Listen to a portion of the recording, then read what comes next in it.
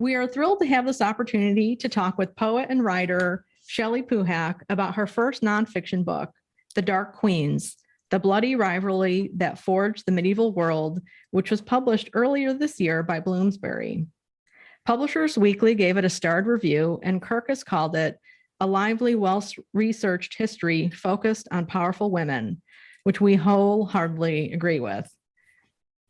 It's a thrill, it really is.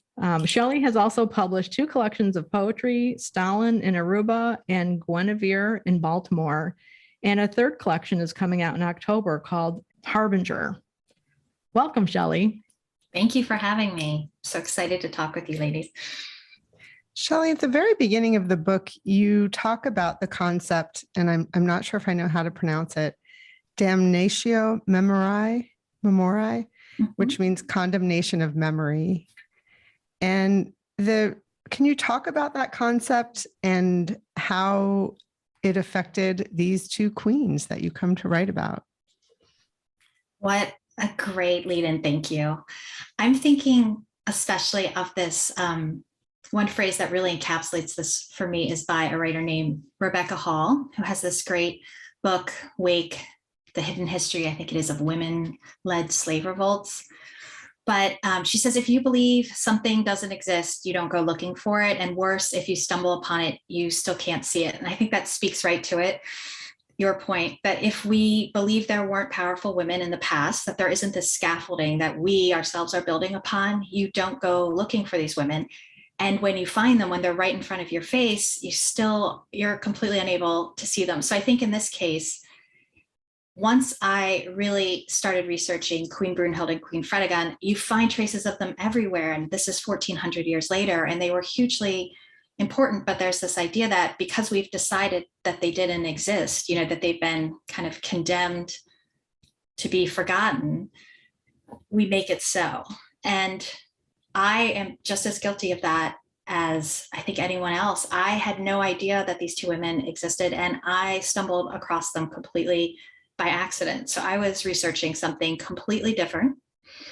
And essentially there was this story about a Viking queen, Queen Estrid, and her mother, and this grudge match they had with the King of Norway. And it's just this hugely involved grudge match, but it ends with the King of Norway committing suicide by jumping off of his ship and committing suicide by drowning in these icy waters while the queen is waving from her boat. And I looked in this one source and they said, if you think this grudge match is amazing, you should really think of the rivalry between Brunhild and Fredegund. And once I stumbled across them, I just couldn't believe I didn't know more, and that they're kind of like the best known secret, I think, in the medieval world. Oh, so fascinating. And that issue too of how in ancient times, if you were a traitor or you'd fallen from grace, how they would take down your monuments or chip you out of, carved reliefs. And there was even an emperor whose face was removed from a family representation. I mean, that's pretty intense. And I know at one point too, you had talked about the transition from papyrus to more stable forms of writing, vellum and things like that. Am I jumping into some? No, that's great. Yeah. So, all these things converged at this time. Can you talk a little bit about just, resources, primary resources that you were able to track down? Well, what's really interesting is that surprisingly, a lot more has survived than I had expected initially. But what has survived is estimated to be about 1% of what was produced. So if you think of the loss of, written resources on that scale, that's kind of just staggering to think of what we don't have. And we have this sort of idea that there was all of this writing and this, culture in the, ancient Roman world.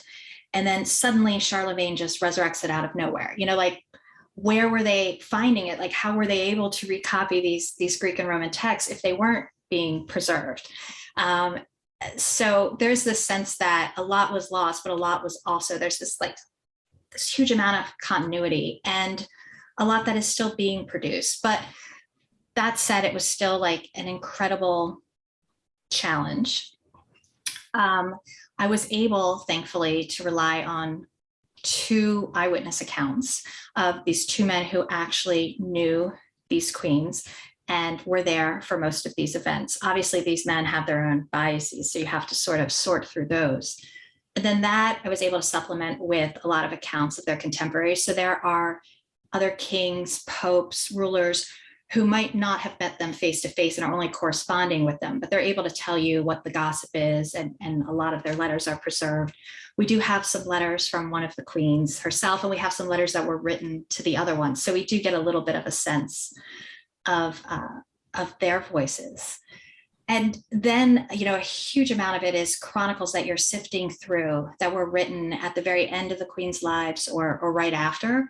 But what's fascinating about these is you can see how these women are written out of history or how things are changed. And so that was really fascinating for me to be able to see like 2 versions of a manuscript that might be 20, 30 years apart. And you can see the additions or you can see the erasures and see how these stories are being rewritten in kind of real time. Yeah, that's so fascinating. So you set off to write a completely different story. And what you end up doing is getting captivated by these 2 queens, right? And realizing like, oh, nobody knows anything about them. Let's change that. You wrote a book that's narrative nonfiction. I really want the listeners to understand that because we've talked about that on prior episodes of the podcast. So it's very accessible. When I first opened it up, I kind of did it with one eye open because I'm not a student of history. So I was a little nervous. And I feel like if we learned history the way that you just wrote it as kids, we would understand it so much more instead of just, spouting off dates and wars and, men who captured women, et cetera. So this is so much more accessible. So tell us a little bit about how you changed course and started to write about it, and maybe just give the listeners a little more of an inkling of what the book's about.